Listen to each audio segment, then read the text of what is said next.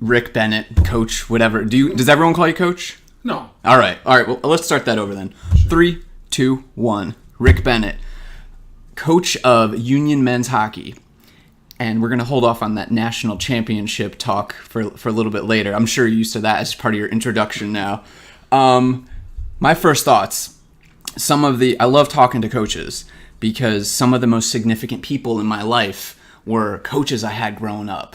Like, I feel like they were some of the first people that treated me like a man and taught me some things that I still use those lessons today.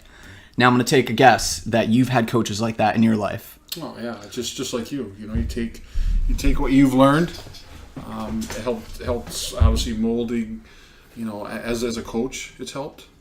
But more importantly, it was the youth coaches growing up, and then along to high school, college, pro, and I learned a ton through those coaches at all levels, and I actually take bits and pieces from each of them. Do you have any names? Do you want to or is it just faces at this point? Because I have a hard time remembering some of my coaches' names myself, but I know who they were. Yeah, growing up, I was really fortunate. The gentleman that really he's since passed. The first two guys that I'm going to mention have passed, but they were my youth coaches. And one, I was lucky; he was my best man's father. So his name was Jim Kervick. Was a really exceptional coach, and we only lived a couple houses down, so I was really lucky there. And then the next coach, a couple years later, was a guy named Vic Hurley, and another Springfield, Mass guy, and iron worker. So a little bit different that back then with the practice outfits, we'll say. Instead of the sweats, it was the jeans and a shirt, or just a regular jeans and a shirt. Really weren't many, and just old hockey gloves and a stick, and and they were great, and at it they went, and they did a tremendous job with us. High school coach was Jim Carlin, actually a legend back in Springfield, Mass for classical high school where we played, and he was phenomenal. Very reserved guy, quiet, but once the game was on, look out. It was all business, and kind of taught us a lot about intensity and playing the game hard, which was great. Then my college coach, Mike McShane, who's now since retired from Providence College, then he went on to Norwich and won many national championships. One of the best coaches ever in college hockey, if you want to take into account lessons in his record. But more importantly than the record was just the person. So he was phenomenal. And the pro guys, it's awful funny. I still actually talked to one today that I worked with. When I say worked with and played for, because I was a player assistant in the East Coast Hockey League in Jacksonville, was Bruce Cassidy, who's now a coach of the the Boston Bruins. So we caught up today a little bit, and and that's the fun about sports. You never know where a guy's going to go. Here he was in the East Coast in his first coaching gig, and then next thing you know, he's coaching the Boston Bruins and is and doing a phenomenal job. So again, just like yourself, take bits and pieces from everybody and use what works, and take away what doesn't work you don't use. Right. You hit upon a very important word, and it's a word. It's about bits and pieces as well. One of those words you just said is intensity. I had some guys that were just like the intense guy. Like, this is serious. You have to want it more, and like you have to believe it. Like, and then there's the other ones that are more the teachers, maybe the reserved guy. Like you said, a quiet guy, but there's that teaching side too. I felt blessed to have. I mean, I'm talking mostly baseball. Hockey is a different world of men and teachers and intensity and different speed, totally different. Not baseball, but there were a lot of intense. Just they weren't even necessarily baseball coaches. They just happened to be men who loved leading men, and they found themselves coaching baseball. So there's that aspect. I'm like, wow, I believe this guy. Like, you really get fired up. And then there's other ones that would teach you things about the game. So that's important. That's tough to find that balance. Right. And where do you find your balance now? As you're a leader of men, you're an absolute leader of men. Men look up to you, and you need to make them believe what you're saying. How do you sell that? Well, it's just like any business, and I think what helped me before getting to coaching was being in marketing and having to sell, dasher boards and seating and for the team that I actually I'm not a big fan of the word retired. I moved on from hockey, so that really helped me a lot as far as as far as coaching, and that's calling for tickets, calling for advertising out of the phone book when I was in Florence, South Carolina that year. So it's a great lesson to be learned that you got to be able to sell your product. You got to be able to sell yourself. I learned that through the interviews. And one of our alums, who's on our Garnet Blades board, which is basically our booster club, Scott Boyd, basically talks to our group, because we have a mentor system, about selling yourself in the interviews. And that's probably one of the toughest things to do, to come across talking about yourself, being humble, but also making sure that when you get up, from that interview, that you have basically told those people about yourself and why you can do the job. And walk away feeling like, yeah, that was me. Like that was Rick. Right. That, like, I gave it that. If I don't get this, that means it wasn't because of lack of communication, right?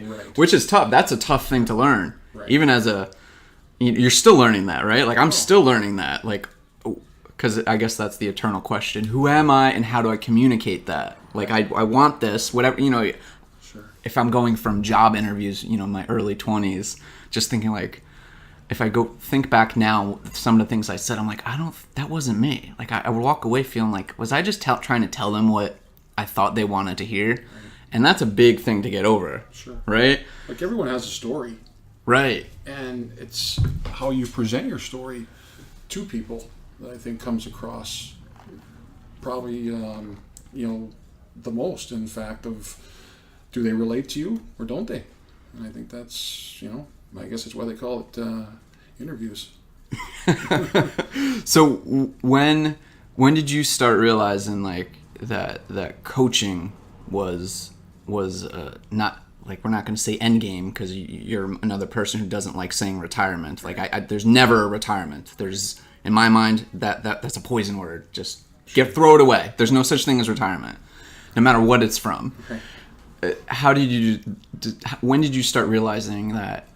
Because you played in the NHL for almost a decade or so, right? No, I was, I only played 15 games. What was up and down, the pro career at all levels, East Coast, American League, and the NHL was spanned out over about 9+ years. Whether or not you want to take into account that leaving high school or leaving college right after we were finished and going right to the NHL. So I guess they count that as a year nowadays.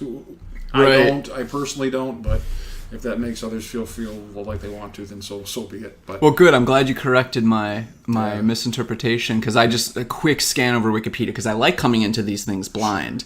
Like, I like to hear your story. I don't like to have too much information. So I saw professional hockey player from 90 to 99. Is that about right? Yeah, something like 9 years, good. You said? Yeah. And I was like, oh, all right. Whoa. Yeah. Did you have a cup of coffee with the 94 Rangers? I was since gone. I had signed with the Hartford Whalers. So it was 3 years in New York system, a couple years in the Hartford system. And then I went to the coast as a player assistant. And to get back to the original question, that was the crossroads. Do I want to try to keep playing at the American Hockey League level? Or back then they had the International Hockey League, which was equivalent to, the same thing, AA baseball for people. Mm-hmm. I should say AAA baseball for people at that level. And I decided I wanted to go to the East Coast Hockey League to be a player assistant coach. And that's kind of how it transformed. Now, what is a player assistant coach? How much coaching do you actually do? How much actually playing do you do? Yeah, that's a fair question. And the fact that to the guys that I work for, it was more playing than coaching. With the first coach that I worked for, it was a lot more. I would help in recruiting. What I mean by that is who's on the trade. Who do you think? It was a little different because who do you think we might trade, or who do you want to bring in? And so it was part of that. So that was part of the recruiting, which helped. But then the next gentleman came in was Bruce Cassidy. So we had a really good relationship. Really good, and the fact that he gave me a lot of autonomy to not so much the practice plans because he was new and that was all him, but it was more like the off-ice stuff and, again, player movement. And then the last 2 years was a guy named Jack Yapiwan who went on to coach the Islanders and is now assistant in Florida. So that was a lot more we played, but he let me do a little more in practice, just based on my experience, and it just worked out well. But I found that over the course of time, and we had some pretty darn good teams under Jack, so I felt it was fair to him just to let him coach and be the player. The only tough times were after basically the practice is almost done, being asked, so what do you think, Rick? Do we need any more skating or not? So now the players are looking at you, and I felt, all right, this is a kind of a telling moment, and sometimes I'd say, yeah, we're done, and the players are happy, now you got some buddies, and and then the other times were, no, I think we need a little extra, and it is what it is. So would you know your answer before he asked it, or you'd be like, hey guys, we were kind of sloppy? Would you notice, hey, we were kind of sloppy, we should put in another hour? Or would you be like, hey, I kind of got things I want to go home and do. Maybe I'd say no, and talk to my buddy on the team. We want to go for a drink. All right, let's say no. Or was it just about the work? Like, if we sucked, we need more. It was more based on the feel of the practice. That's how I equated it. If I felt guys were, I hate to use the word half, but if we weren't phoning it in, if we weren't showing up for a 2:00 practice and the practice was at 2, and we just kind of fluffed our way through, then I'd say, yeah, we need some more. And if we were going hard, I'd say, hey, no problem, we're done. So it was it was a two-way street, and I think the guys appreciated that. So that's kind of how it worked.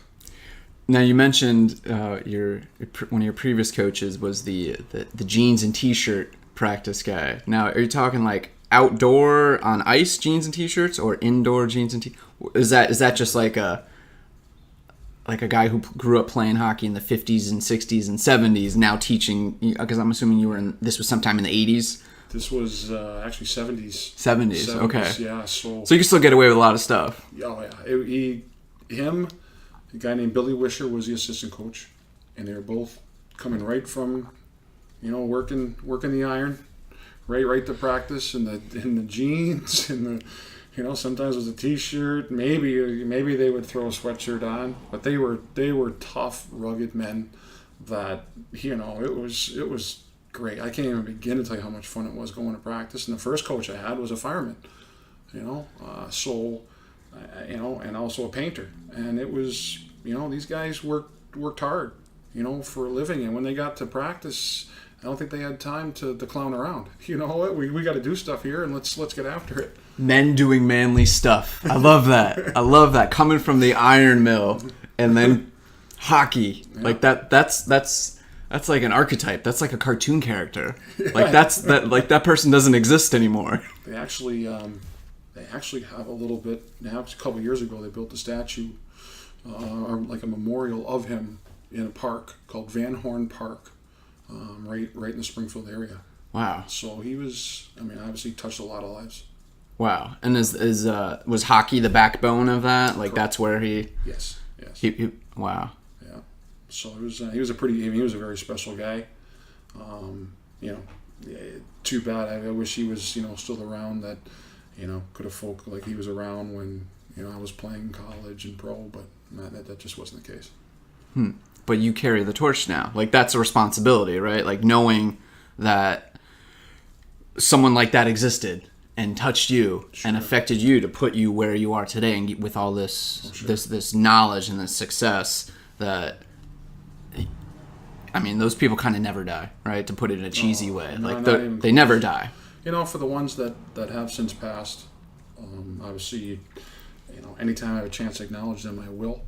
But to bring the national championship trophy to my high school coach's Lake, and to be there with him, that was special, as well. So a door closes, another one opens, and that one just happened to open. So I was lucky enough to do that. So it was pretty cool.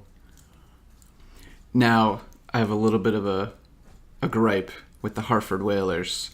I grew up in Connecticut, and baseball and football to a lesser degree were my two primary sports. I started to get into hockey because I was like, once I became aware of the Hartford Whalers, like, wow, Connecticut has its own team, because it would always be New York teams or Boston teams. Like, those were the TV feeds I was getting. And then I'm like, Hartford Whalers? Like, I just thought I didn't even know they were a professional team at whatever, when I was 7, 8, 9 years old. Nobody I knew played hockey. No one. Southern Connecticut. Right. Northern Connecticut, it gets a little different. The closer you get to Springfield or Boston, it becomes Hockeyville up there. But down Southern Connecticut, nobody cared. And at least in my circle. And I started to discover the Hartford Whalers, and I started watching games, and I started to get fascinated by hockey. Right. And then about 6 months later, they left. And where did they go? Colorado, I think. I think they were the Avalanche now. Or was that Carolina? It was another team that became the Avalanche. Or I forget if it was. It might have been Carolina. I was so bummed out. I gave up on hockey. I was like, fine. I guess I'm not gonna ever watch hockey and be a fan of hockey. And then I kind of put it on the shelf for probably about 15 years. Like, I just, was like, okay, just casually. I went to a couple games here and there when I had free tickets when I lived in Florida. I'd go to a couple Panther games.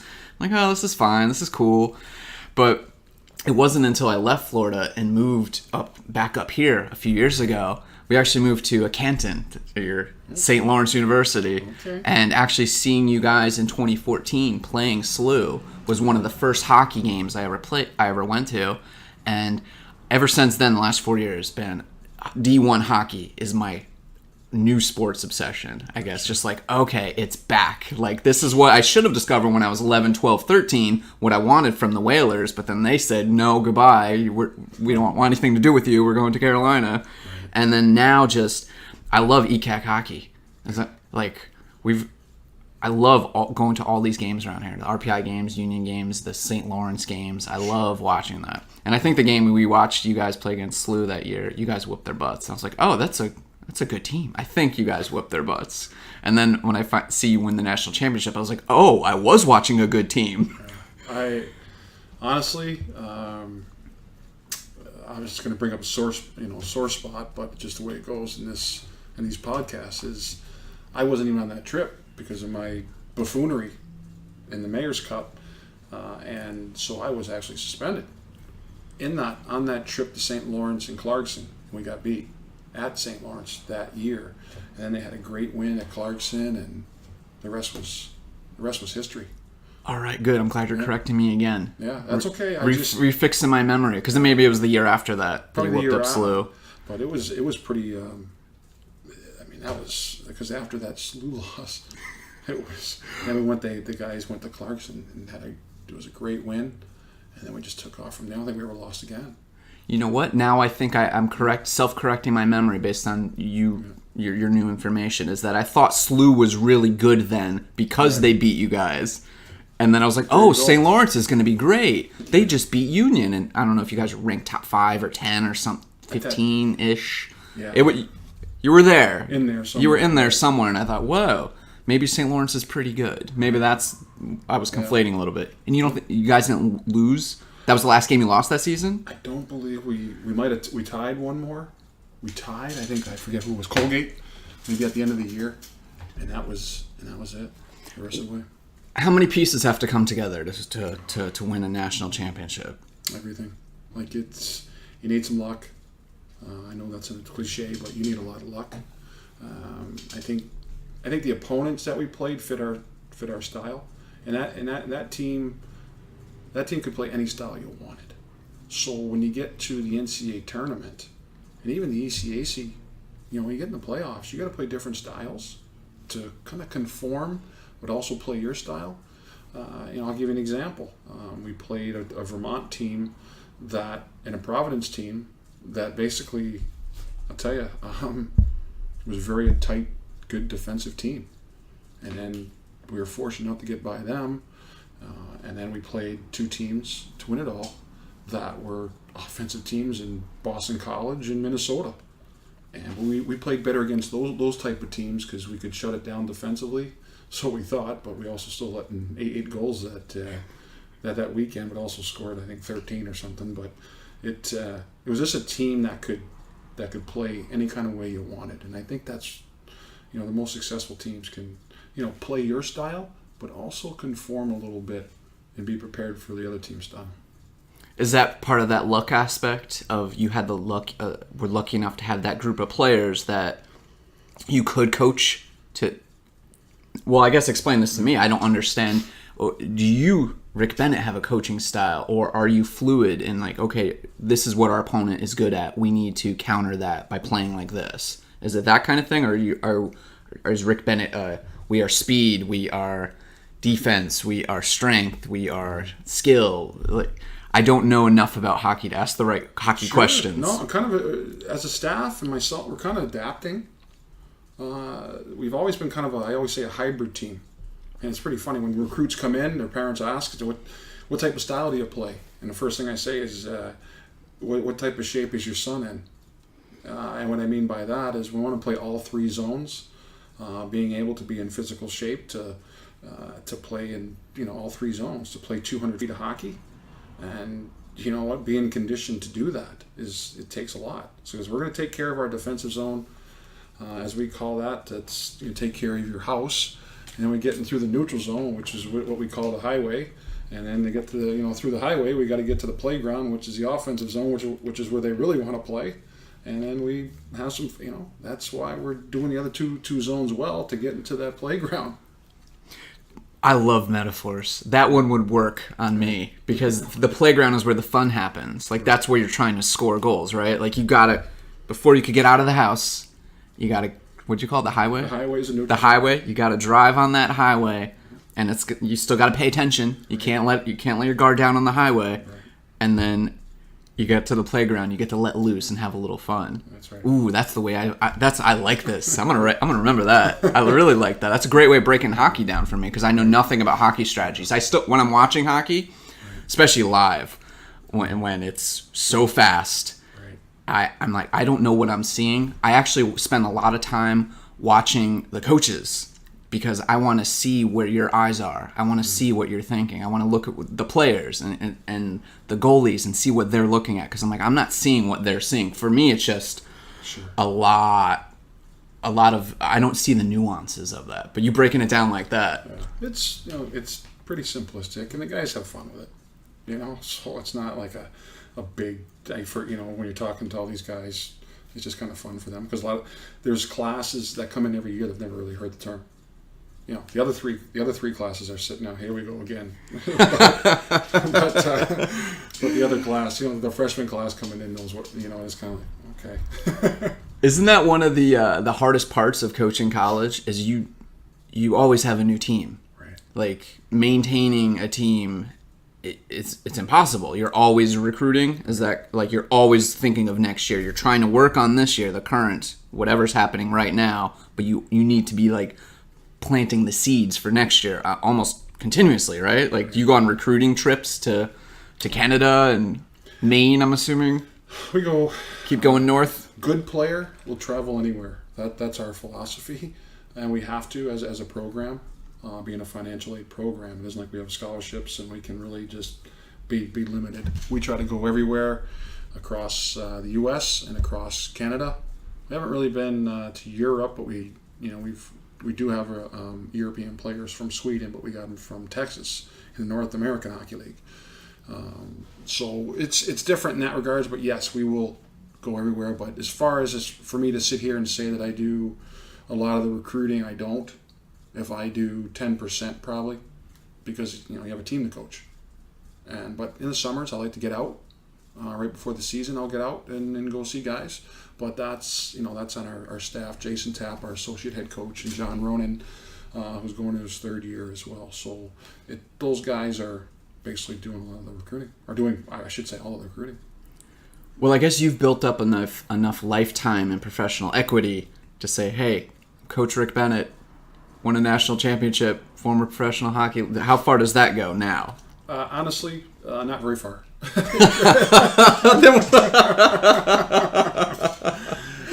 Man, that's kind of a bummer.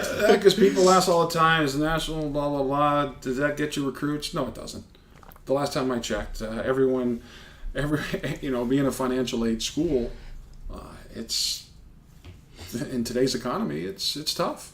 In a school like Union College, it's not cheap, but we feel that there are so many advantages at Union College in what you're paying for. You're paying for the education, and Union College education is dynamite. It's excellent, and so you're paying off these 4 years your college for your 40 years after of working, and so you set yourself up for life. And to me, that's what going to college. And if you can go to a program that you feel, if I want to play professional hockey, that can get you to that level, we feel we got the best of both worlds to help you. You really do. That's what's incredible to me about maybe hockey specifically is most of the really good, not most of the really good schools, but I see a lot of the really good hockey programs are also just fantastic colleges. Like, they're really smart, difficult, great educational institutions. And I'm like, what a great deal for these hockey players. Like, you get to play D1 hockey, the highest level you can play at this point of your life, probably, for most people, unless you're jumping to the AHL or NHL. But for most people, you get it paid off, right? Like, sure. Like, you get a great education. That's such a win-win, like you said, like a place like Union or RPI or St. Lawrence. Like, all these schools, especially in the ECAC, like, these are great schools that I was looking at going, but I'm like, I don't even know if I could get in, let alone pay for this. Right. But yeah, I think that's a great deal when you see even like a Harvard. When I saw Harvard, Princeton kids, I'm like, dude, you really have to have it all? Like, can you be that? Do you have to be that smart and that athletic?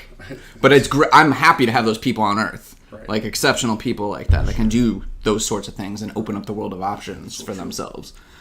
So yeah, I'm a big fan of you. By the way, thank you for the hat. Anyone who can watch, this is the hat Rick bought for me. I will be sporting that because my dog just chewed up my other hat the other day. I think you're gonna look very good in it. I will. That's a good color. What's the color? Garnet. Garnet. That was my great grandfather's name. Garnet. Garnet. It's a good name. It is. That's a solid name. That's a really good old Solid man color, name. solid It is. name. So what do you look for in recruits? Like, how many times when you see a kid playing, say if you go to their high school, or when do you start recruiting kids? Is there like a 13-year-old you go out and see, a 15-year-old, 16-year-old, and you're like, oh, this kid has it? Like, how soon does that start? We're not big on the 13, 14. We'll get into the 15s on, a little bit. We don't have any 15s committed, so we're more that 17 on. Just again based on financial aid and what we have. It's just if scholarship schools or the Ivy League schools have a little bit of a leg up with that. And we're trying to get into that, but we're not gonna spend many hours on it because it just over the course of time it just hasn't proved worthy to do that. So we'll spend our resources elsewhere, and it's worked, for the older kid, and a little more proven. So it's nice in that regard. So it's just knowing where you're at and how to recruit to that, and that's what we try to do. And you said, I believe, when you and I were emailing last week, you had a prospect day. Yes. What does that look like? That was more of it's called Union Prospects Camp, and that is run and basically organized by Jason Tapp, our associate head coach, and John Ronan, who's also our assistant. And it's just, they had 6 teams of players, and they brought them to campus. Just a couple practices, a couple games. They have a chance to listen to our career director of the Career Center, Bob Souls, one of our professors, Professor Cohen. And then they have our team psychologist, Dr. Wally Bisdell. They had a chance to meet with our strength coach and go over a few things. So it's not just the on-ice portion. It was the stuff they did off-ice, and like the seminars. And then at the end, there's a question and answer they have a panel of coaches from Harvard. Our two coaches from Union were there, Williams, and a few other schools. And the parents and the kids have a chance to ask any question they want. And it was a good 3-day, 2.5-day, I would say, event. And Jason started that two years ago, and it's been a huge success. That sounds like a lot of fun. It was a lot of fun, and like I said, it's run by them, organized by them, and I'm just there to I'll go on the ice for a couple for the practices just to get to know the kids and learn some new drills from the other college coaches that are running it, and as well as just watching the games. And they're on your campus, so it's like it's nice to see them. I don't have to go anywhere. You have those assets just sitting there waiting. Yeah, it's great. So you're not traveling. So it was it's a win-win. So you said team psychologist? Yeah, team psychologist. Now what function does that guy or girl play? Dr. Wally Bizdell actually worked at Siena for years, and works with us, and now he's kind of gone independent and like his own practice, and does a phenomenal job, and does from lacrosse to in hockey to individuals, in different sports. And I'll tell you what, ever since he joined our program, it's helped so much. With today's athlete, sometimes in some issues, players don't feel comfortable coming to you. It's just the way it is. And some are more comfortable with other coaches on your staff or whatever, but sometimes there comes a point in time where they want to talk about something else that maybe is bothering them. And being a student athlete, you have 2 full-time jobs. Being a student and then being an athlete. So social life is, I'm not going to put a percentage on it because I don't really, have one, but it's very limited, I'll say. And some of that time, we don't know. Maybe they're having troubles with their girlfriend or what, and Doc Wally, they want to talk to Doc Wally about that, or something at home is bugging them or whatever. And if they're not talking to us, we have Doc Wally there. And Doc Wally also addresses. He watches the games. He played the game at Union, which really helps. Wow. So when he talks to the guys, he's not only talking to the team psychologist, but he played the game, so he knows the game. And these guys know that, so that just gives him a leg up as well, as opposed to someone that, and no offense to the other psychologists out there that didn't play the game, but it just helps us in our sport. Right, and playing that game as a 18, 19, 20-year-old, which that's hard enough just to be a 19-year-old trying to figure out the world, and then a 19-year-old in college figuring out the world, and a 19-year-old with an additional responsibilities of being a good athlete, showing up on time, and relying on your teammates, having them rely on you, and then throw in that social, personal stuff. Right. Like, I can't... Yeah, like, it's almost not enviable. Like, I talk about, like, see them out there, those Harvard kids, like, oh, they have it all. No, that's a lot of pressure. That's a lot of balance to think about how dumb. I mean, I'm still dumb now, but think I really was dumb at 19. I had no clue about this world. Like, what is going on? What is all of this? And what do these people want from me? What am I supposed to do? And then you throw that in there, like, wait, I'm supposed to, like, act like an adult, but I don't feel like an adult. There's a lot. It's weird. That just sounds like... Did you grow up with a team psychologist? I guess goes back to my thinking is I never heard of that's unheard of to me in my even my era. It's kind of a fairly recent thing, right? I think the first time that I ever heard of it was when the Rangers it was 90 summer of 92. They sent us a book, and it was a book on sports psychology, and we all had to read it. And that was my first kind of indoctrination into the sports psychology world. But it was still in its infancy. It really didn't take shape till years later. But when it did, I can't even begin to tell you how every time I meet with Doc Wally or he comes in a game and he comes down between periods to offer some advice, it just seems like it's always spot on. I learn every time from him. Wow. Every time. Now, does he talk to the whole team as a group, like, hey, or is it always one-on-one? Is it like a group meditation ever kind of thing, or is it he comes down in intermissions to you and says, hey, this is what I'm seeing? Yeah, it's sometimes more. All right, Doc, what do you think the message here is after hearing what we're talking about? And he'll just give a couple points because he knows. You only have so much time in there, and he just. Couple points. Now I'm just going to finish up a little quickly and use what he has to say.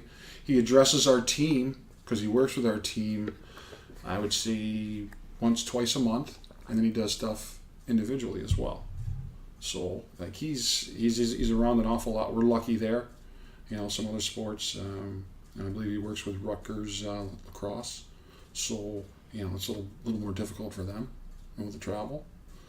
So he's his time. It's easier for us because he's local. What an asset. Oh, it's big time. Now, are there any other elements like that? We have team psychologists now. Are there like team nutritionists, team dietitians? Is that sort of a thing that we're doing in D1 hockey? That's more through our school does have it through our wellness center, which is we built a brand new wellness center a few years ago, and it's been a tremendous addition on campus. But our trainer, Cheryl Rockwood, who's been around for a long time, that does an excellent job. And she helps out with that, along with our strength conditioning coach, Dan Gableman, another fantastic guy that is really passionate about what he does. And he actually came in the same time that I did. So it was, for a first-year coach, it was one of the best perks going. The fact that I didn't have to do what the previous coach did and also run not only the hockey portion, but the strength conditioning, as well. So, yeah, it's tough to walk into new places with, say, if that guy's been there for 5 years or 10 years. Like, no, this is the way I do it. We've been doing it this way for a long time, and then you come in.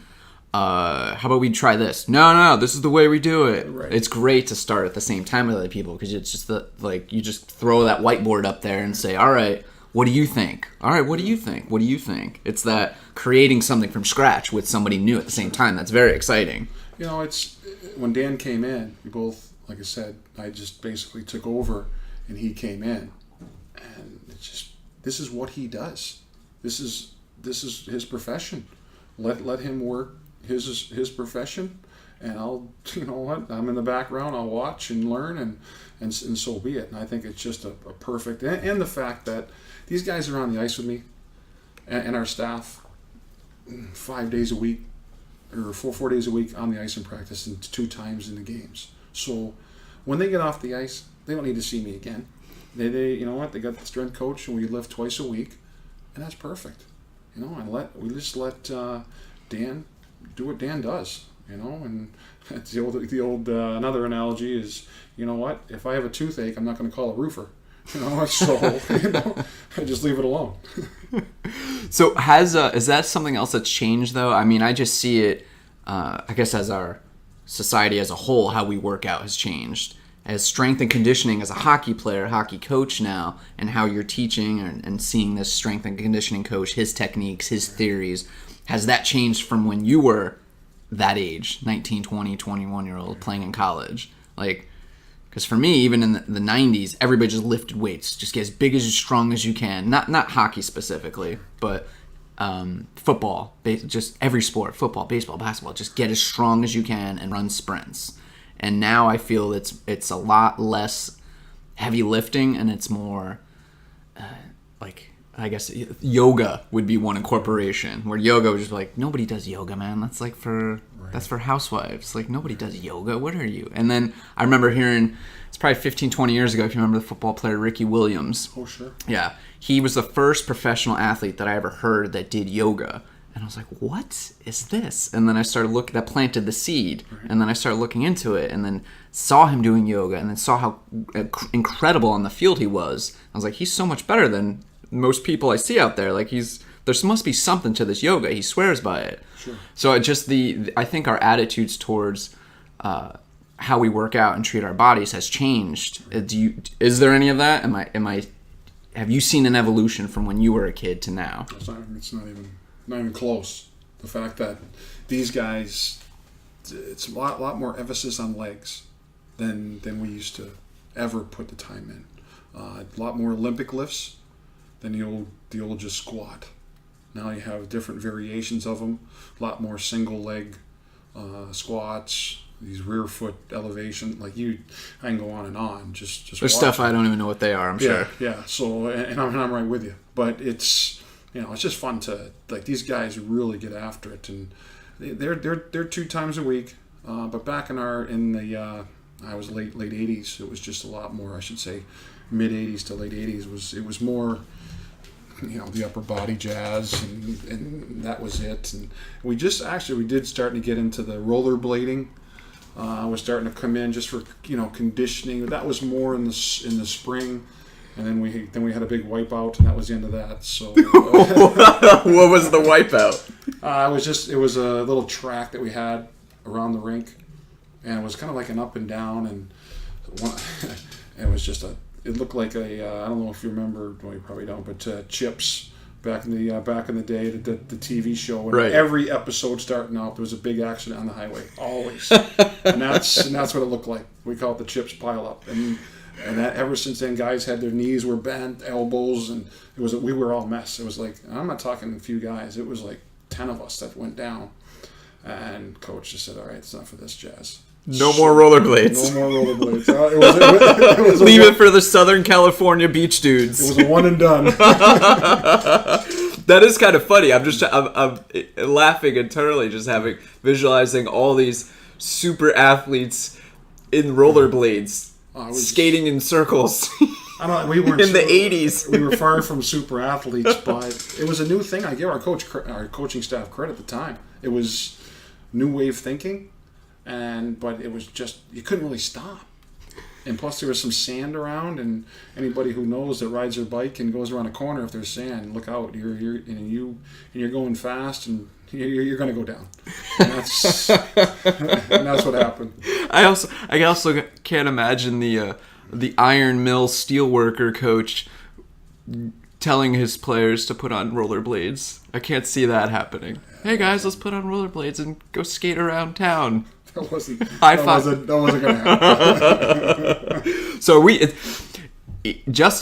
the past 15, 20 years, I feel like we're building, our athletes are getting faster, stronger, the speed of the game, of all of our games. Mm-hmm. I mean, I don't have enough of hockey experience to know how that game has changed, but if I watch old hockey clips like the Gordie Howes or even the Wayne Gretzky era, we're much faster now. Where we seem faster, we seem bigger, we seem strong, we seem better at everything. Is this part of that? We're evolving, a constant evolution of faster, better, stronger with your team psychologist, with more knowledge about nutrition, more knowledge about strength and conditioning, and yeah, it seems more, I don't know, artistic. All sports seem crazy to me. Like I don't know when we cap off. Right? Like, it seems like everybody's getting better and better and better and better. But is that true? Like, do you think a team now is better than the best team 20 years ago? That kind of brain game that people like playing. It's funny you bring this up because someone asked me that. We put out doing a video this past year, and it's through Championship Productions for hockey. And one of the gentlemen bought it, asked me a question, and actually this week. Says, do you feel the game is getting much faster? And if it is, to you, should we, is it something that we have to promote playing a little more east-west, using more of the width of the rink, as opposed to north-south hockey, which is straight up and down, which is fast anyway. And I said, okay, do you have the NHL Network? And he said, yeah, I do. I said, well, they show Stanley Cup finals from 80 all the way up till this past year. And I don't think you have to be a genius to figure out, you look at the speed from 80 till now, how fast it's gotten. So to me, the game is just going to keep getting continuously faster. Just as we talked about through our talk up until this point, is these guys know more. There's more. They get just more to learn from. And more importantly, it's becoming more year-round than it ever used to be. So with that said, they're just hockey specific. So they're getting, they're just, the lifting, everything's geared towards hockey, where, I guess our era growing up, it wasn't. You played baseball, you played a soccer, some played football, some even played basketball, which was great. And where today's athlete, it's almost like they're just specifically driven just to play the one sport. And I think sometimes, as you're finding today, especially the goaltenders and the styles, they're getting more injuries. A lot of hips. Hips back in the day, never even heard of it. Never even heard of hip, not to say replacements, but hip surgeries. Just because they're styles that they play now, players. But I think you're constantly using those muscles year round. Where when you were breaking it up and playing baseball or soccer or whatever other sport, you're using different muscles, so you didn't tax them as much. So I think there's something to that. I really do. That's an incredible point to be aware of that. That there can be a burnout. Correct. Wow. All right. That leads me to another question, because this is something, like I said, when I moved from South Florida to Canton, New York, which is like 12 miles from Canada. Like, we're essentially in Canada, and we're in that little town of Canton. I don't know, 4,000, 5,000 people live in the whole area. I think we have 4 or 5 hockey rinks. Like, it's hockey up there, and you can just cross the bridge and you're in Ottawa, and there's hockey everywhere. And outdoor skating, the Rideau Canal in Ottawa outside, beautiful place to skate. So the first time I put skates on was 4 years ago. And one time I put rollerblades on probably like 20 years ago, and I hated it. I was like, never doing this again. So it was that long in between trying any kind of inline skate whatsoever, and I was just falling everywhere. I feel like a child on ice skates. I'm terrible at it. But we go to Canada and around Canton, and there's 3-year-old kids, 2-year-old kids, 6-year-old kids, 10-year-old kids just skating, especially in Canada. Like, in a way, I was kind of jealous. I was like, man, but I feel like they're breeding hockey. Like, that's where hockey players come from. They're breeding hockey players. To your point, is that all they're going to be doing for the next 20, 30 years? Because you're right, my generation, it was seasonal. Everything was seasonal. Baseball, basketball, football, and whatever, tennis, soccer, like, mix those in there too. But it was always like, okay, what's on TV this season? Or like, that was essentially it. During summer, we play baseball. During fall, we play basketball or football. During winter, we play basketball. If I had a hockey rink, maybe I would have put skates on and tried that. But yeah, I see those kids, and I'm like, is that kid just going to be a hockey player? Like, does he have interest in any other sport, or does he have those parents that are like, no, you're playing hockey? Right. And to your point, like, is that a good thing, just to stick to one? It varies. I'm not here to say what's the right way or what the wrong way is. I just think if you do go all out hockey, I would say put the skates away after the season. I'd say put them away for a month and a half, 2 months, and then pick it back up again. But I think you need to give the sport a break mentally and physically, and then come back refreshed. Because some of these guys are going year round, and they just burn themselves out. Where I just don't remember that. Back there was a few drop offs, but that's going to happen everywhere. And when we were playing, baseball, I like baseball, but it wasn't a passion. I always feel that if your parents have to tell you to go get your equipment to go to practice or games, that's probably not going to be the sport for you.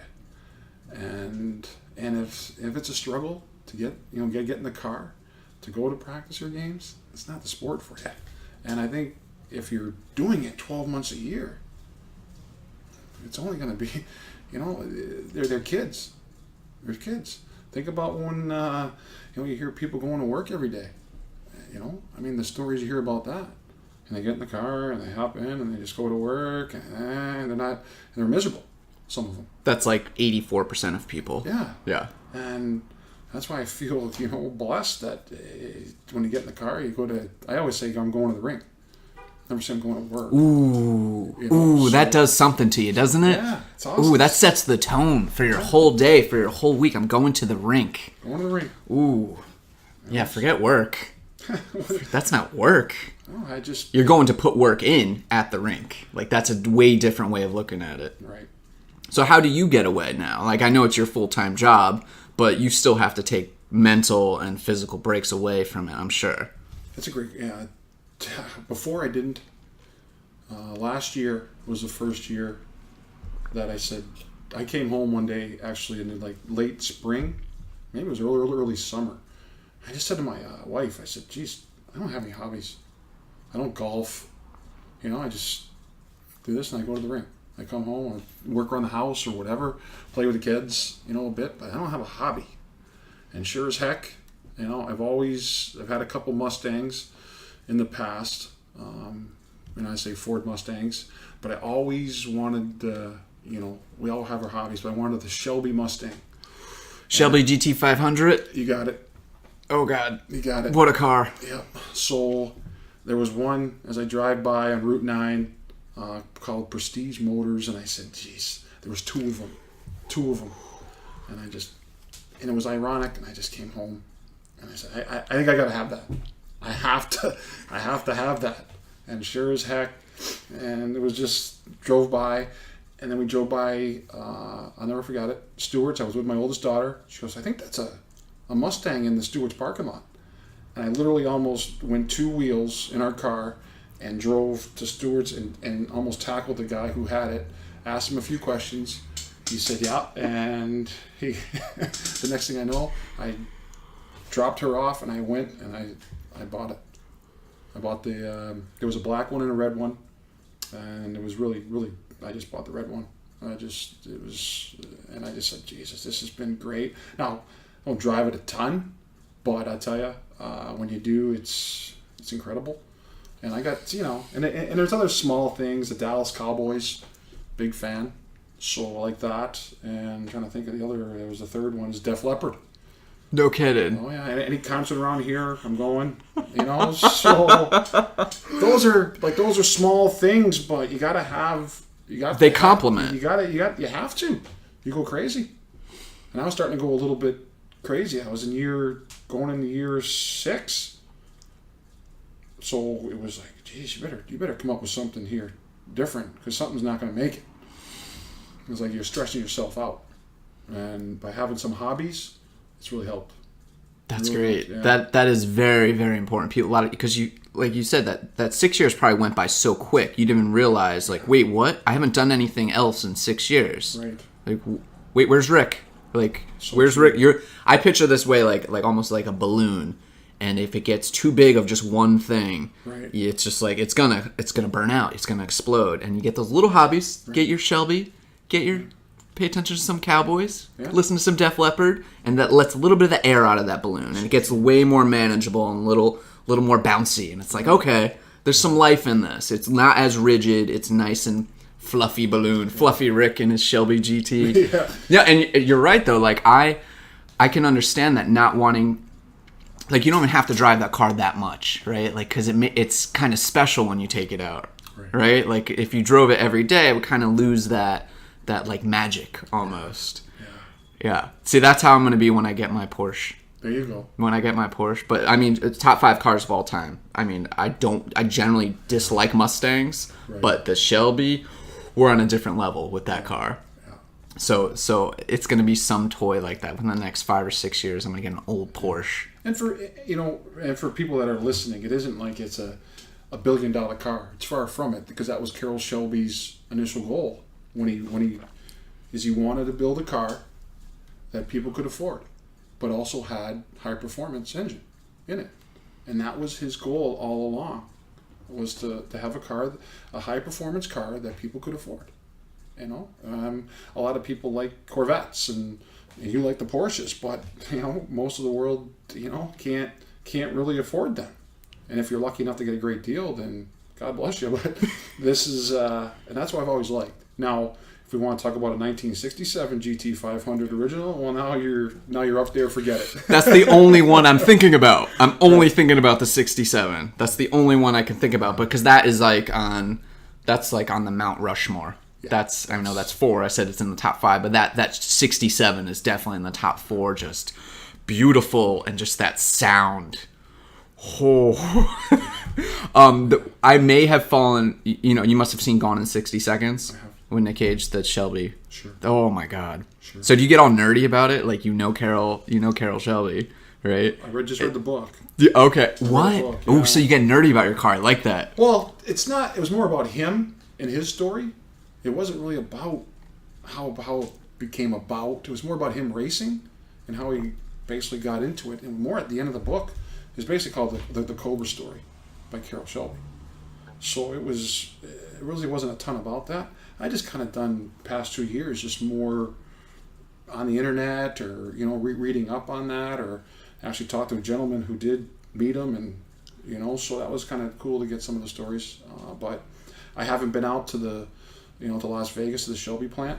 Our assistant coach John Ronan was out there, so he got me a few things, which was pretty cool. But yeah, could I get nerdy and I'd like to maybe get a Super Snake or one of those other cars and go on the track? Yeah, it'd be great. But or play with Def Leppard. Do you play an instrument? No. God, no. Last time I saw Def Leppard, well, I didn't see them in concert, but last time I was really tempted, it was probably about 4 or 5 years ago. They were playing some fair, I think in Pennsylvania or something, and it was like a 5 or 6 hour ride, I think, and I was like, oh, I want to go, because I don't love concerts. I really dislike concerts, but I love music, so it's kind of like I got to find that balance, because concerts bring out crazy people, especially like a Def Leppard.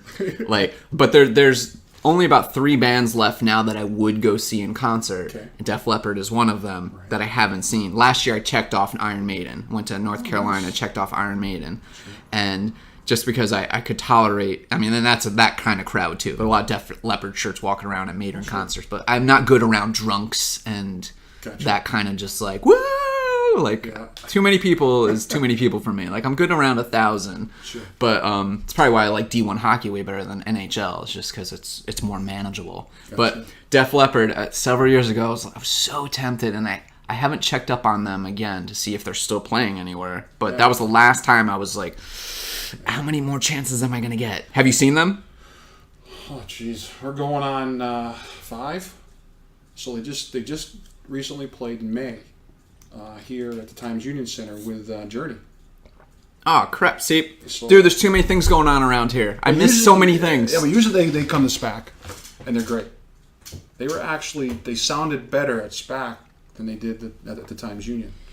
And Journey was really good. Obviously, it's not Steve Perry, the lead singer, but Def Leppard, there's so many, like we goof around with our guys about Def Leppard. We'll have Def Leppard trivia and just goof off and play songs or in practice or whatever. I'm sure they're sick of it, but there are so many things I like Def Leppard for, and the fact of the adversity that band has faced. To have a one-armed drummer, which is incredible. That story gives me the chills. Like that a person like that exists and persists. Right, and the people that have been, the lead singers bounced out of the band just because they weren't part. They didn't want to be part of the team, and it's really good messages. I always like Def Leppard because of the adversity. It's kind of like your team as you're going through the season with adversity. So it's pretty cool.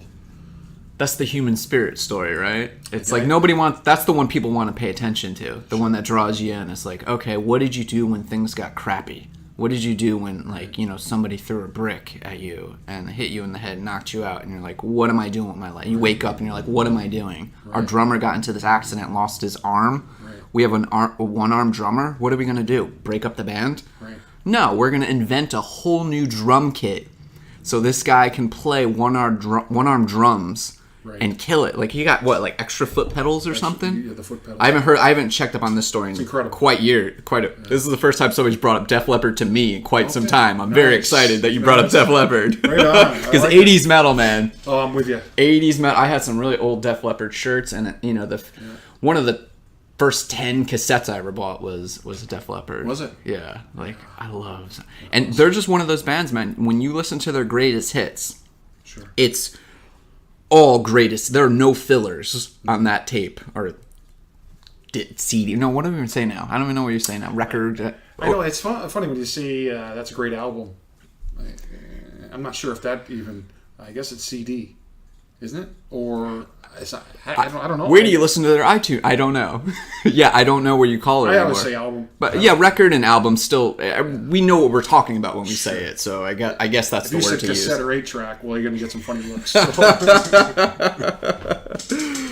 Yeah. So was that like was that young Rick jamming out to Def Leppard with his Sony Walkman? Was that wearing your rollerblades, skating around? Am I picturing the right Rick? I think it's what you grow up with, and in our era, growing up was the MTV, and they were, their big album was Pyromania, Soul, and then it just took off to college, and they had I'm trying to think, Hysteria, Soul, that album, and then forget it, like it was on. So we just always listen to that everywhere, and it's been a running joke with I see the college guys. They still listen to Def Leppard, yeah. Whatever. Now, Pour Some Sugar on Me. Right, Def Leppard, right? You got it. Right. That's the one song that I think most people know, and it's become my least favorite, probably just because it's played so much. I'm like, oh god, this is, like if you ever go see like a cover band anywhere, and they're just like, oh, they're an '80s cover band, they're gonna play Pour Some Sugar on Me because it's the crowd pleaser, everyone knows it. But I'm like, there's so many other incredible songs like that. You know what I'm gonna do when this podcast is over? I'm going home and I'm listening to Def Leppard, because this is one thing I've discovered since the internet and YouTube became what it is today, is that I can rediscover bands and hear their hear every song they've ever made. And there's a ton of them I've never heard of or haven't heard of in maybe 10, 15, 20 years. And then it's just like listening to them all over again for the first time. And so I guarantee you that's what's going to happen with Def Leppard now. I'm going to go home and I'm listening to a bunch of songs that I'm like, oh, I forgot they had this song. Oh, I forgot about that song. Oh, this is such a great song. Oh my God. The intro to Pyramid. Oh my God. Yeah, so good. That gets me excited. Well, I appreciate that. And I'll tell you what, I'll be a team player. When I go from Troy to back home, I'll be listening to Def Leppard. Did you drive your Mustang here? No, I didn't. All right, because that'd be pretty dope visual of you cruising in your Shelby. I wasn't sure if it was going to rain or whatever, so... Ooh, you baby that thing. It hasn't seen the rain or snow. So it's, like I said, it's very limited miles for an 07. I think I bought 5,000. Whoa. So it's, I baby it. But, I read something too. It was obviously a Mustang guy. If it's not driven, it's hidden. So that kind of hit home. So I got to get out more. Are you mechanical? Do you look? See, that's the, I guess, ironic part about this thing.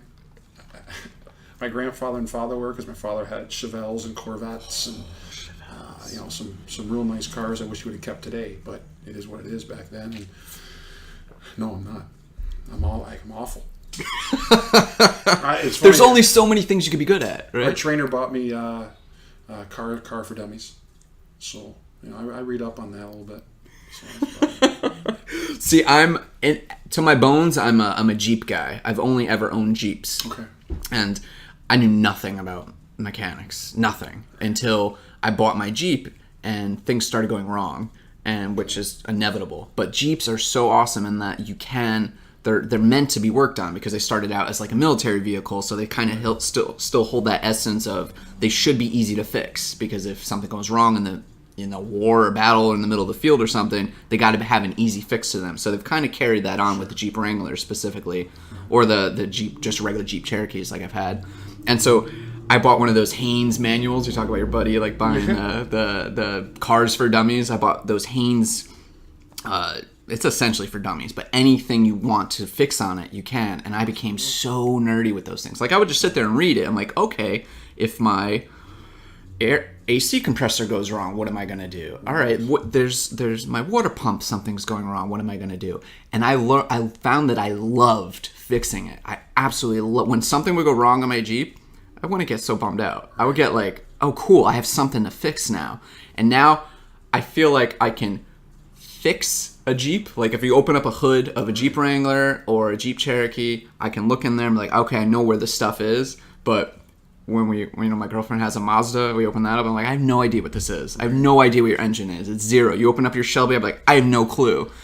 So I'm telling you, I'll give you a little advice there. If you could just learn your one car, like you feel like more competent, I guess is the way I feel. It's coming. I talked to the mechanic that I go to, that he's the only one who'll touch it, is with the oil changes, and I even asked him myself. I said, I like to put some of these things that I get through American Muscle, which is great. It's a dynamite website. You can get super parts off there, and I forget the guy's name who actually goes on there, because they give you, if you buy a product, it's like sometimes they'll give you the video of how to do it. So I thought, and the guy's really good. I don't know why I keep forgetting his name, but he's excellent at it. I think he must be an actor. But it was. He said, I wouldn't touch it. I wouldn't touch it. On the fact that you want to try to keep it as clean as possible in case you ever wanted to sell it. And so that's what I'm and I kind of want to I want to keep it to hand it down to my children. But here's the kicker. They don't know No one knows how to drive. I call it manual, call it standard, whatever you want.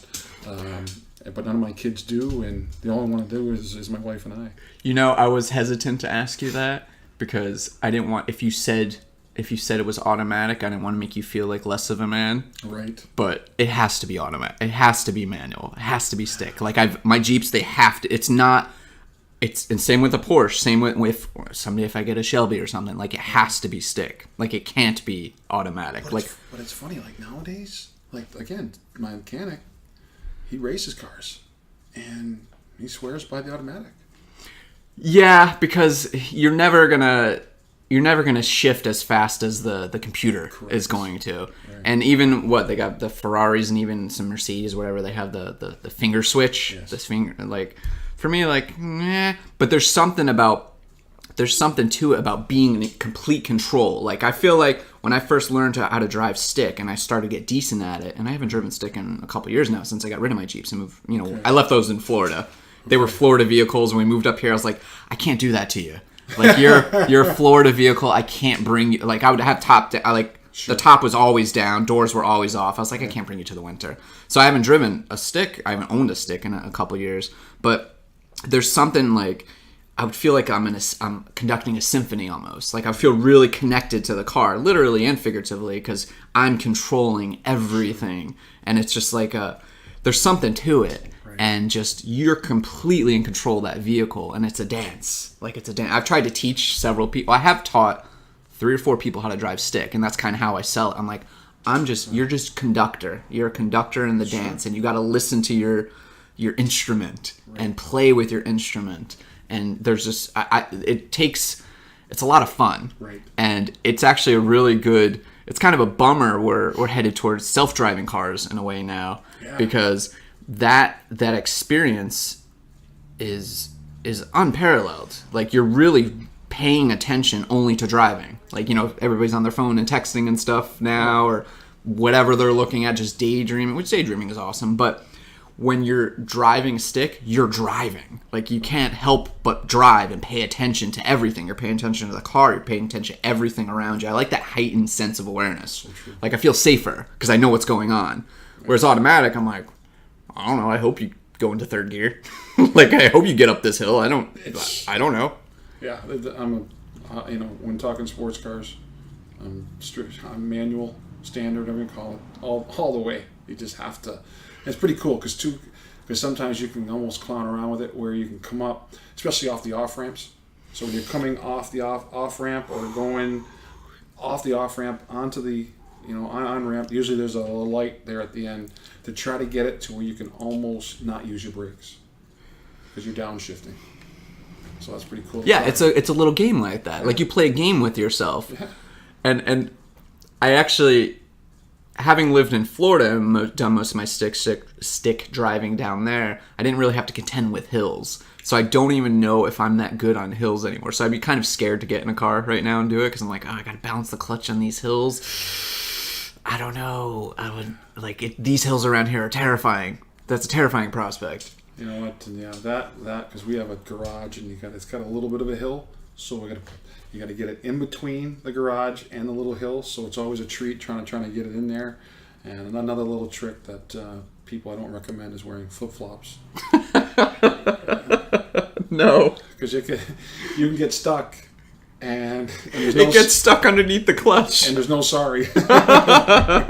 See, I will have to say while I don't recommend driving with flip-flops, but living in Florida, that's 90% of the time what I was wearing when I was driving that thing was if I wasn't going to work, I was wearing flip-flops. But whenever I could get up to speed, whether it was on the highway or cruising down US 1, I would take my clutch foot and just take my sandal off and just leave it in the car or in the Jeep and just put my, have a floorboard on the outside and my foot would be hanging just outside. There's nothing more liberating than that, Rick. Nothing. I don't even need that foot right now. Right. My bare foot hanging out while I'm hanging out in the air while I'm driving. I'm going to have to disagree with your mechanic though. Okay. You got to accessorize, man. You're looking at all these American Muscle, the website and stuff. There's a lot of cool stuff to add to that, to put on that Shelby, right? That's the Jeep world, too, is there's so many just things. Like, why wouldn't I put this on? Like, it's part of the game. Do you want to change your muffler? You know, do you want to go the exhaust system a little sound it? You want to raspy more this? Yeah, you know. But I'm more into the when it first came, and a lot of people know this, called a flagpole is your antenna.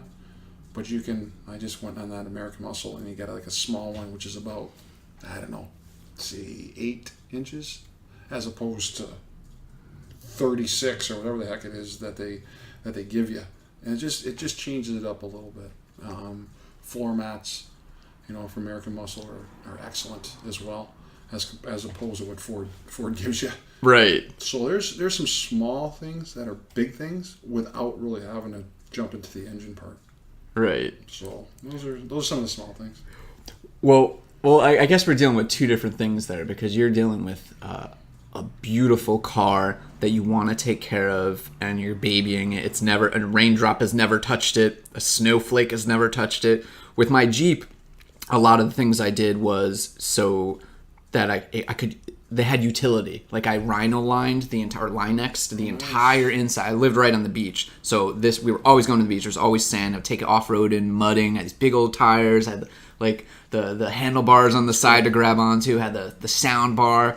So I Linex the entire thing. You know, so there's no carpet in there whatsoever. You didn't even need floor mats or anything. Whatever you want. Throw bricks in the back. Throw crap. Throw your surfboard. Whatever you want in the back. So it's like that kind of souping up, and just putting on a new suspension just so it could go through some mud even better. Like, put a little winch on the front, like toys. Sure. Because and they had utility, because it's like, hey, this is it's a Jeep. It's a military vehicle. It's supposed to get dirty. Like, don't baby a Jeep. Like, right. People baby their Jeeps, like, irritate me. I'm like, what are you doing? It's like people get a Hummer and treat that like it's gold. Well, I don't know. Does anyone buy Hummers anymore? I don't know. I don't know if anyone does. If they're going to war, I guess. But yeah, you remember, what was it, like probably 15, like early 2000s? Like, Hummers were everywhere. Like, it was the big, like, it was. Everyone was getting Hummers, and now you don't see them so much. But it was like they were treating them like luxury cars. Like, what are you doing? This thing should be bulletproof. You should be pulling trees out of the ground with this thing. And that's what I would do to my Jeep. But as a Shelby dude, yeah, I guess you want to baby that. Well, I think there's two trains of thought. Some people buy them just to drive them, race them, and they're gonna get the most out of it that way. And there's some of us that, you know, maybe want to show them, or just really casual. And I guess I'm just more the really casual type of guy, you know. But you know, either way, I still think it's still his vision of what he wanted. But I think if Carroll Shelby would jump out of the grave today, he'd say drive it. Do you have any ambition to take it to a track? Like, we have several tracks within an hour, I think. You know, I guess I don't know enough about it. And this is ironic that where I finished up playing was Florence, South Carolina. So Darlington Racetrack was right there. I know Florence, South Carolina. Marine base down there. I think so. Or Beaufort. No, I'm thinking a different place. Yeah. I've been in Florence. I think I might have gone. It's right off 95. All right. I've stopped there for some southern soul food driving from Florida to Connecticut. Okay. I stopped in Florence for some fried chicken. Right. So and to go to Darlington, you know, the big race, and to go on the infield, and then we actually, as being, you know, part of the hockey, was new down there. So, you know, to them it was like the National Hockey League to people, just like, you know, the racing was.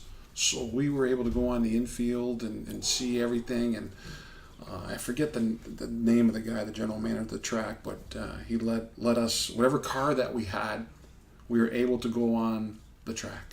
And I couldn't believe how steep it was. So, you know, my wife and I, we had the kids, and it was pretty funny. We had a minivan. So he took the minivan around on it. Did you let it open? Yeah. I think we hit a whopping 55. Were you worried about tipping over? Honestly, we were. Did it feel that steep? I mean, you knew you weren't going to, but it must have felt really strange. It was strange. It was, yeah, we weren't going to, but it was strange. I guess that's a perfect word. It was really kind of surreal. Yeah, and then we went into one of the pace cars but that, it was a driver, and that was, and he only went 100, but it didn't feel like that at all. And then just the turns and everything else it was a piece of cake. So I can't imagine these guys going 200 plus, zipping around there. And it doesn't even make sense. Like, what does 200 miles an hour feel? It doesn't compute. Yeah. Like, the fastest I've ever gone in a car is, I think, like 106 or 107. Okay. And that felt fast. It wasn't a fast car, but you could tell the car was working hard. But if you're on these cars that, how many horsepower does it have? 1,300? 2,000? I don't even know. Yeah. I can't even begin. Oh. Like these, like the Mustang that 07, they put 500 horse in. And, 2 years later, or I should say, what was it, 6 years later, Carroll Shelby's last car was 662. Oh, God. 2013. Oh, God. So, yikes. Like, who's going that? Yeah. And if you are, guess what? We're going to be in jail anyway. Yeah, see, that's what's neat to me about Porsches, is that they don't, I guess because they're so light, right, that they don't have to have an obscene amount of horsepower to get going. It's like, oh, this is 350 or so, 350 horsepower, but it kills it. It's all about suspension and their design, that crazy German design. I think there's something about, I've determined I like round headlights on my vehicles. Right. I love Jeeps because they're round headlights. Sure. I mean, except for like the was it CJs that came before that had the square ones, and I hated the square Jeep headlights. But round ones, the Porsche are round, and my favorite motorcycles are Triumphs, the British. Great bikes. Woo, those round headlights. Woo. Do you ride motorcycles too? I wanted to. I did as a kid race dirt bikes, but I never got into it after. And then when I had my wife and the kids, as much as I want to get a Harley, that's not. Please don't. Just not. Please don't. I just can't do it. Everyone crashes. Like, that's my experience in friends and family. Everyone crashes. Yeah. So, yeah, last time I drove one was about 10 years ago, and I sort of dropped it, and I was like, okay, don't want to, no more of this. And then, like, 2 years later, my friend got into a pretty decent accident, and I was like, okay, I'm definitely not doing it. And actually, just 6 months ago, one of my best friends got into a really bad accident, and I'm like, okay, everyone crashes. Don't do this. And there's a simple thing I've picked up over the years is, what are people selling on their front lawn? And those are things you should avoid. Like, what are things that everyone seems to buy and get rid of? You look on people's yards, everyone's selling a motorcycle or selling a boat. Like, things that people don't seem to want anymore. So I'm like, okay, don't buy a motorcycle because everyone eventually gets rid of them, and the same thing with a boat. That's just what I've picked up. I like that. It's like, because everyone seems to regret those purchases. I was really lucky growing up in the fact that my father had a Harley, and I loved to go on it, with him. And it wasn't a ton, but it was a beautiful bike. And then, just like your story with your buddies, he saw someone, let's just say, didn't go well for that person, and he drove home about 3 miles an hour from that accident, and the next day he sold it. And then he bought a boat, so we always had a boat around, and that was great. And then, eventually sold that too. So it kind of goes into your analogy. It's nice when my anecdotes make sense, when I get verified. I'm like, okay, I'm not crazy the way I'm seeing the world, because wherever I've lived, those are always on people. Just driving around today, I'm like, oh, look, another motorcycle for sale. Like, I make mental notes, because as much as cool as it feels to be on a motorcycle, and one down, 3 up, something like that. I forget it now. Yeah. But as cool as that feels, man, crashing on that, you have to feel so vulnerable. Like, as soon as you're about to I can't. And I like to avoid those things, those kinds of feelings, especially now. Like, you got too much to lose. Right. Yeah. So for your family's sake, stick to the Shelby. Yeah, we're not. Maybe just get a second one, second Shelby. But it only really comes out when spring. Then you see guys in Harleys and you want to. All right, that's pretty cool. Or you see a TV show where guys running. Yeah, it's great, but honestly, I don't. It's not the same passion as the others. So it's not it. You just know. So is that what are your passions and those tiers? Is hockey number one, or is it not even hockey? Is is it being a leader of men? Like that's a phrase that I love, because any guy I've ever talked to, whether in my peer group or older guys, we all grew up looking up to older men. Like we all wanted to what's that guy doing? I like doing that. I like we love following other men. And then I meet older men, and most of them love teaching younger men. Like it's something very I find a lot of people get passionate about that. So people that coach, such as yourself, I'm eventually going to coach something. I don't know what, but I love teaching, and I love being around like young guys who love to learn and want it's that hunting, that tribal mentality. I think it goes back to I think a lot of terms I think in a lot of ways in terms evolutionarily, we used to go out in like these hunting packs, and we had a leader, and then we had to follow that leader, and then guys doing stuff together. I love that. So I've always admired anyone who was part of that world. Right. And I guess that goes to my question. Is that your kind of passion too? Yeah, I mean, someone gave me some advice along as I was in transition between is stick to something you know. And I felt, yeah, I mean, I have a degree, but do I want to go into the business world? And I was fortunate enough to do that after and go into marketing. I just knew that's not it. This is not it. And I got a call from Province College, my school where I went. I interviewed and got it, and the rest is history.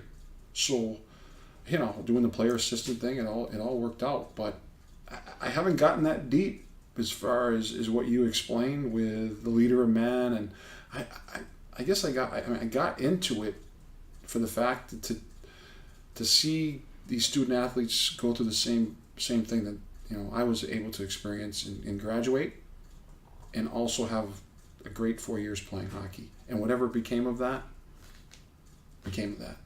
And you know what? Knowing you're a part of that, because you have professors, you have all these people that are touching their lives on our campus. It's pretty special.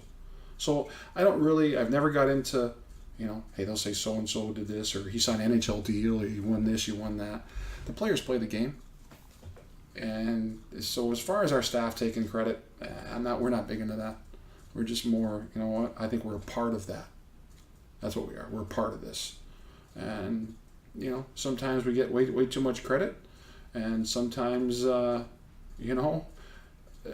getting hammered for losses that, maybe I'm not going to say shouldn't, but that's just all part of this profession called coaching. And hey, I know my name's going in the paper, win or lose, so that's just the way it is. Sometimes it's good and sometimes it's not. You just need to accept that. That's what you signed up for. Oh, did I ever? And I wouldn't trade it for the world. Rick, good place to stop, I think. Right on. All right, this has been a lot of fun. I'm so glad we talked about cars and Def Leppard as well. That makes two of us. All right, Coach Rick Bennett, Union Men's Hockey. I don't necessarily root for teams anymore, but I definitely root for people. I'm rooting for you guys. I'm rooting for you and your squad. Thank you very much. All right. Thanks a lot, Rick. Appreciate you. Take care. Thank you. A lot of fun, man. Thank you. A lot of fun. Thanks a lot. No, appreciate that.